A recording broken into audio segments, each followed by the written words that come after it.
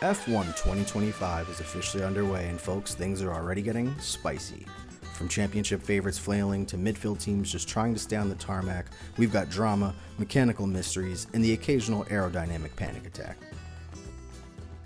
You'd think Red Bull would cruise into 2025 like they always do, dominant, unbothered, terrifyingly efficient, but no, this year's RB21 has been twitchy.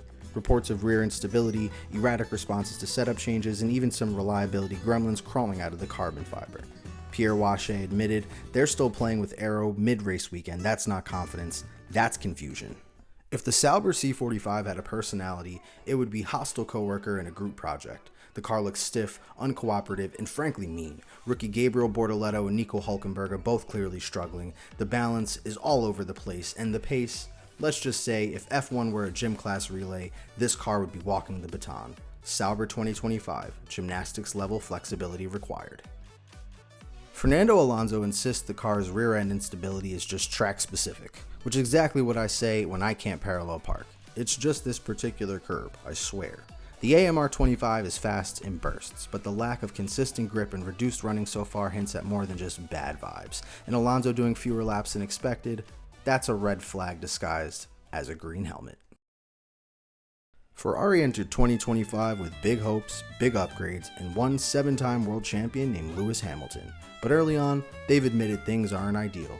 A mystery technical issue cut Hamilton's test session short, and now there's talk of ride height tweaks that push right up to the regulatory limit.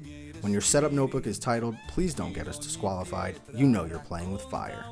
Ferrari 2025, lower, stiffer, nervous. And now we move on to Haas, where dreams go to suffer from aerodynamic deficiencies. They thought their car was solid in testing, but it turns out all that long run pace was just hiding a nasty high-speed aero flaw. It didn't show up until Australia, where their car reacted to fast corners like it was allergic to grip. Haas 2025, high-speed problems, low-speed excuses. The 2025 season is barely out of the gate, and already some teams are scrambling like they showed up to a race weekend with IKEA instructions, but that's F1, right? Evolving problems, desperate upgrades, and a never-ending chase to find performance while pretending everything's fine in the media pen. Some teams will figure it out. Others, well, at least we'll get some great memes. Like, comment, and let me know what you think in the comments. Who's going to bounce back, and who's headed for a season-long existential crisis?